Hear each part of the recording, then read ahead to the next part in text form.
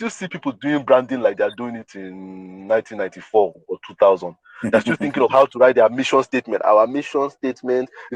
I work with schools a lot, and it's just amazing how schools have the dullest mission statements and vision to make sure that every child fulfills his this. I'm like, oh, you lost me at the second sentence. I didn't know what you're talking about.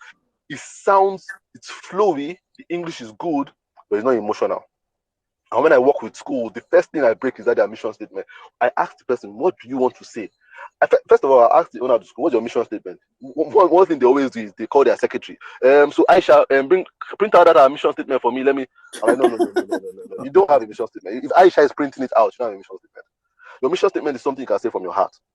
Do you understand? Something very emotional. It almost sounds unserious. You understand? That is what your mission statement is. It's vulnerable. When people say, is that it? Wow. That's what it is. You see, so when we start being vulnerable to the point whereby we don't sound corporate, but sound personal, then the brand story starts changing. The perception starts changing. The attractiveness starts changing. You become that hitchhiker that everybody wants to be with. So it's about vulnerability now. It's about storytelling about vulnerability. And that's why when I realized that, I started becoming more vulnerable. If you listen to my podcast, man, I tell you what's going on in my life. I tell you about my finances. I tell you about where I messed up. I tell you about where I had challenges.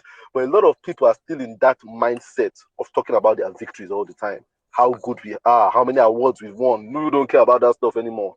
They want to see themselves in your brand. And the only way they can see themselves in your brand is by your storytelling. How personal is your storytelling?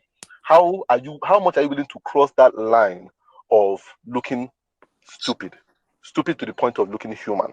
You understand? And that's what attracts people today. So this thing about storytelling is very important. Like NTA is not willing to look stupid, and that's why they are looking stupid. You understand? They're not willing to look stupid. They're looking so corporate, and so even when you watch the news, it still seems like if the newscaster have their hanger, the hanger is still in their shirts. You understand? But when you watch people cast news, even CNN, they're not the best, but you can see the banter sometimes where they're like they joke with each other, and you know that this newscaster is a person.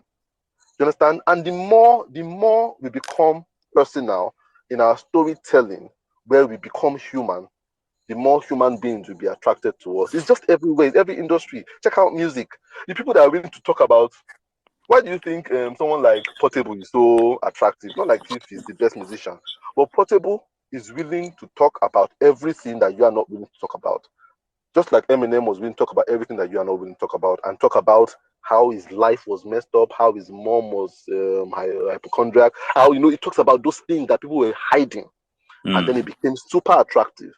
So that's branding, is the storytelling, is the vulnerability of your storytelling. The more you can do that, the more you would win.